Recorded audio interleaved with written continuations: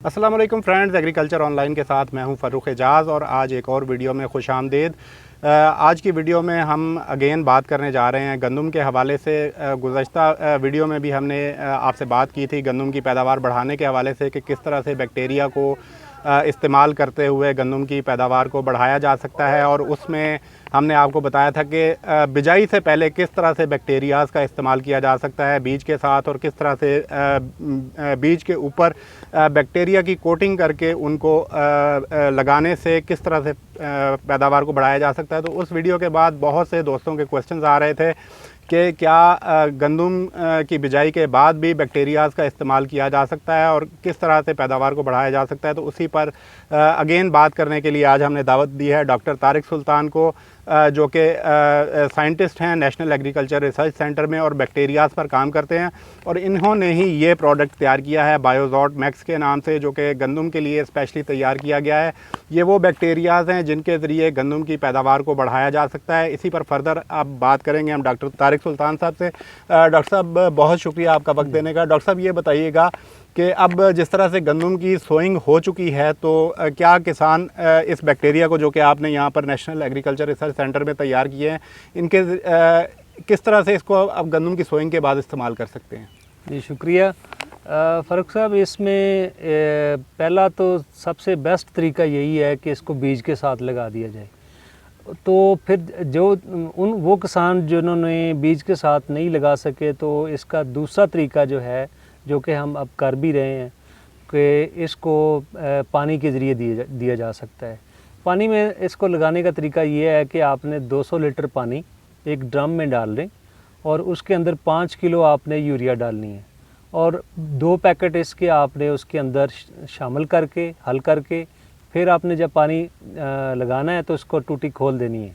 यानी आपने इतना खोलना है कि वो ड्रम आपका 200 लीटर ख़त्म हो जाए जब पानी आपका मुकम्मल हो, तो ये एंड तक पहुंच जाएगा।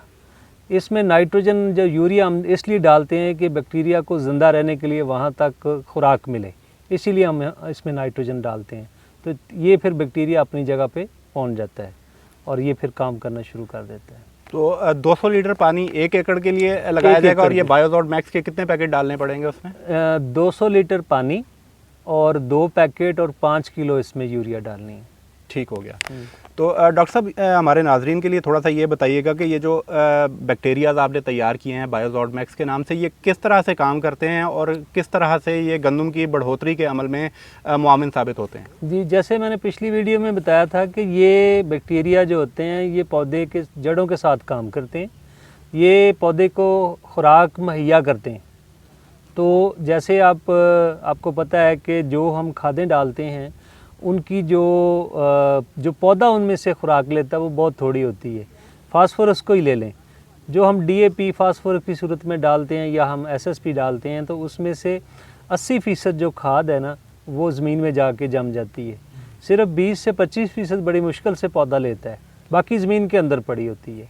तो ये जो बैक्टीरिया हैं जब ये जड़ों पे पहुंचते हैं, जड़ों के ऊपर से ये खुराक लेते हैं पौधे से, और पौधे को ये जो मिट्टी के अंदर वो जो जमी हुई है फास्फोरस उसको, और इसी तरीके से बाकी जो खुराकी अज्जा हैं उसको भी ये हल करके पौधे को मुहैया करना शुरू कर देते हैं। इसके अलावा फिर ये दूसरा काम इनका, ये हार्मोन बनाते हैं पौधे के लिए। हार्मोन से क्या होता है कि उसकी जड़ें बढ़ती हैं, जड़ें बनती हैं तो खुराक ज़्यादा आती है, खुराक ज़्यादा आती है तो पौधे में पौधा जो है वो ज़्यादा हेल्दी नज़र आता है, सेहतमंद नज़र आता है, और पौधे की जो पैदावार, जो फसल में पैदावार वो बढ़ जाती है। तो इस स्टेज पे जब हम लगाएंगे तो उस वक्त जो है ना शगुफ़े बनने का अमल शुरू हो चुका होता है। तो उससे क्या होता है, गंदम के शगुफ़े ज़्यादा बनते हैं और वहीं से फिर आपको पैदावार पे जो इफ़ेक्ट है फिर फर्दर बढ़ता जाता है। तो डॉक्टर साहब, ये बताइएगा कि ये पहले पानी के साथ इस्तेमाल की जा सकती है कि या जब भी पानी लगाया जाए तो उसके साथ नहीं, इस्तेमाल पहले करें? पानी के साथ लगाएं तो ज़्यादा बेहतर है। ठीक जो है। लंबी फसल होती है ना, जैसे गन्ने की है, तो उसमें बाद में भी लग जाता है, लेकिन क्योंकि ये फसल में पानी कम ही लगते हैं तो इसलिए पहले पानी में ज़्यादा बेहतर है कि ये लग जाए और ये फिर अपना असर दिखाए। तो डॉक्टर साहब, हम ये कह सकते हैं कि जिस तरह से आपने बताया कि जो खादें हम डालते हैं वो पौधा सिर्फ 20% यूज़ करता है, 80% वो ज़मीन के अंदर पड़ी रहती है। तो ये जो बैक्टीरियाज़ हैं ये उसी जो 80% ज़ाया चली जाती है एक तरह से, कि जिसको पौधा इस्तेमाल नहीं कर पाता, तो उसी को वो काबिल इस्तेमाल बनाता है पौधे के लिए। जी जी, जो ज़मीन के अंदर 80% जमी हुई ना, उसमें से ये अपना शेयर लेता है। यानी आप कह लें कि हम ये कह सकते हैं कि तकरीबन 25% खादों की जो इस्तेमाल है उसको आप कम कर सकते हैं, ये उसमें से खुराक इतनी दे सकता है। ठीक है। तो डॉक्टर साहब किसानों को क्या रिकमेंड करेंगे कि वो किस तरह से इस बैक्टीरिया को यूज़ करें, क्योंकि लोग कहते हैं कि क्या हकीकत में ये कोई असर दिखा रहा है या नहीं? आपके जो ट्रायल्स हैं उनमें क्या इसने शो किया है कि कितनी पैदावार में इजाफा आपने देखा है?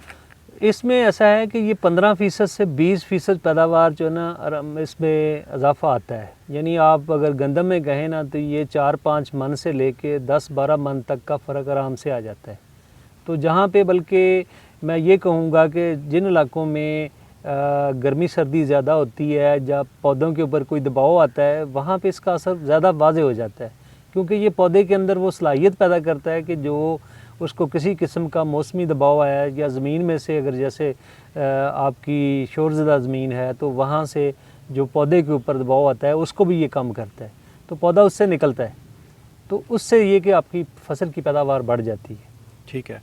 तो डॉक्टर साहब क्या यहाँ से ये भी सवाल उठता है कि ये बैक्टीरिया बनाने की ज़रूरत आपको क्यों पेश आई? क्या हमारी ज़मीन से बैक्टीरिया ख़त्म हो चुके हैं? तो, क्या इस पर कहेंगे आप? ये इसी तरह मैं कह दूं कि जैसे आपकी ज़मीन की ज़रखेज़ी कम हुई है, पहले हमारी ज़मीनें जब शुरू में पैदावार अच्छी होती थी तो आहिस्ता आहिस्ता अब क्योंकि हम फसलें इतनी लगाना शुरू हो गए, साल में इतनी फसलें लग रही हैं, तो ज़मीन को खाली भी नहीं छोड़ सकते क्योंकि पैदावार लेनी है, आपने लोगों को फीड करना है, तो इसलिए ज़मीन आपका जो खुराक का ज़रिया थी उसमें से खुराक कम हो गई है। यानी 100% आपकी ज़मीनों में नाइट्रोजन जो है उसकी कमी हो चुकी है, 80% ज़मीनों में फास्फोरस की कमी है, इसी तरह 50 से 60% पोटैश की कमी है, 75% जिंक की कमी है। तो ये मोटे मोटी वो हैं जो जिनकी कमी जो खुराकी अज़ा उनकी मतलब आपको डालनी पड़ती हैं, खादों के बगैर फसल होती नहीं है। तो लिहाजा ये आपका ये क्योंकि खाद आपकी इसलिए ज़रूरी है कि खादों के ज़्यादा इस्तेमाल से या अद्वियात के इस्तेमाल से ज़मीन में एक तो ये हुआ कि ज़मीन की जो ताकत थी वो कम हो गई, ज़रखेज़ी कम हो गई है। दूसरा उसमें ये खुराकी अज़ा की कमी हो गई है, फिर आपका नामियाती मादा कम हो गया है। यानी हमारी ज़मीनों में जो नामियाती मादा है ये आधा फ़ीसद से भी कम है। ये सेहतमंद ज़मीन के लिए 2% होना चाहिए कम से कम, तो हमारी ज़मीन तो बहुत ज़्यादा कमज़ोर है। तो ज़मीन की जो सेहत है वो उसको अच्छी करने के लिए, क्योंकि ये जो हमारे फ़ायदेमंद जरसूमे हैं ये ज़मीनों में कम हो गए, क्योंकि हम उसको बार बार हल चलाते हैं, ज़मीन अगली फसल लगाते हैं, फिर हल चलाते हैं, और गर्मी सर्दी से ये धूप से ये जरसूमे मरते हैं, तो उससे हमारी इसकी तादाद कम हो गई है। दूसरा ये ज़िंदा रहते हैं नामियाती मादे पे, वो ऑलरेडी कम है, तो लिहाजा इनकी तादाद बढ़ाना ज़मीन में बहुत ज़रूरी है फ़ायदेमंद जरसूमों की, क्योंकि ज़मीन में आपको पता है फ़ायदेमंद भी है, नुकसानदेह बीमारियां पैदा करते हैं, ये बीमारियों को रोकते भी हैं। ठीक है। तो इनकी तादाद का ज़्यादा होना ज़रूरी है। डॉक्टर साहब ये पूछना चाहूँगा मैं आपसे कि क्या ये बैक्टीरिया जब हम फसल काट लेंगे तो क्या उसके बाद भी ये ज़मीन में मौजूद रहेंगे और नेक्स्ट फसलों पर भी इसके अच्छे असरात को मुरतब होंगे? देखें, तब वो रहेंगे अगर नामियाती उनकी खुराक होगी ज़मीन में, नामियाती मादा होगा तो वो रहेंगे। अब नामियाती मादा तो इसीलिए बढ़ सकता है कि आप ज़मीन में जो भी आपकी ज़मीन का फालतू है, यानी जो रेजिड्यू जिसे हम कहते हैं, फसल की जो बाकियात हैं, वो सारी की सारी जैसे पराली है, खोरी है, जो भी चीज़ है उसको वापस ज़मीन में लेके जाएं। और इसी तरह जो आपका जो देसी खाद जिसको हम गोबर की खाद कहते हैं वो, या जानवरों का बचा हुआ चारा है उसको, ये सारी की सारी चीज़ें अगर ज़मीन में हम उसको सही तरीके से लेके जाएंगे तो नामियाती मादा बढ़ेगा, और नामियाती मादा बढ़ेगा तो ये फ़ायदेमंद जरसूमे खुद ही बढ़ना शुरू हो जाएंगे। तो अभी हमारी क्योंकि कम है, लिहाजा अगर हमने इससे फ़ायदा लेना है तो हमें ये डालने पड़ेंगे, तभी ये फ़ायदेमंद होगा और ज़मीन की सेहत आहिस्ता आहिस्ता बढ़ना शुरू हो जाएगी। तो इनका इस्तेमाल बहुत ज़रूरी है। ठीक है। डॉक्टर साहब ये पूछना चाहूँगा कि किसानों को ये जो बायोज़ॉट मैक्स है, जो बैक्टीरियाज़ हैं, ये कहाँ से मिल सकते हैं? ये देखें, हमारे यहाँ तो इधर हमने एक प्रोडक्शन यूनिट लगाया है NARC में, और ये PRC की एक प्राइवेट कंपनी है, पेटको PRC एग्रोटेक कंपनी, ये पब्लिक सेक्टर की ये प्राइवेट कंपनी है। बेसिकली वही प्रोडक्शन करती, हम तो रिसर्च करने वाले लोग, हमने ये प्रोडक्ट तैयार किया है, बना दिया उनको, वो प्रोड्यूस करते हैं आगे एक प्राइवेट कंपनी है टेकमैन इंटरनेशनल, जो कि मार्केटिंग करती है, इसकी डिस्ट्रीब्यूशन है, वो फिर आगे किसानों तक लेके जा रही है। बहुत शुक्रिया डॉक्टर साहब ने तफसीली शेयर की हैं डिटेल्स के किस तरह से हमारे किसान जो कि गंदम को पहला पानी लगाने वाले हैं या लगाने जा रहे हैं, वो किस तरह से इन बैक्टीरियाज़ को इस्तेमाल करते हुए अपनी पैदावार में 20 से 25% इजाफा कर सकते हैं। डॉक्टर साहब ने तमाम डिटेल्स भी शेयर कर दी हैं कि किस तरह से इन बैक्टीरियाज़ को इस्तेमाल करना है, किस तरह से फ्लड किया जा सकता है। मज़ीद भी अगर डॉक्टर साहब से आपके क्वेश्चन होंगे तो आप कमेंट सेक्शन में पूछ सकते हैं। हम डॉक्टर साहब से उन तमाम सवालों के जवाब लेकर आपके साथ शेयर करेंगे। आइंदा वीडियो तक के लिए इजाज़त। अल्लाह हाफ़िज़।